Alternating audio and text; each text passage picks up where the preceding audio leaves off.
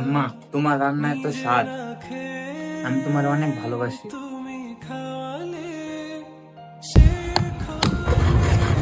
ভাই, আজকে যে খাইতে গেলেন না আপনি? জামু ভাই, জামু। কাজটা একবারে শেষ করে বাসায় যাবো। কালকে ছেলের বেতন দিতে হইব তো, এর লিগা।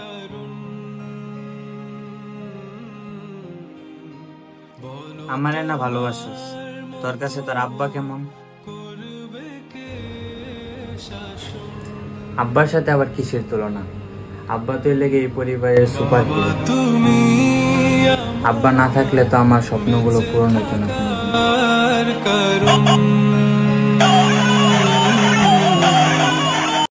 আপনার পোলা পরীক্ষায় ফেল করছে।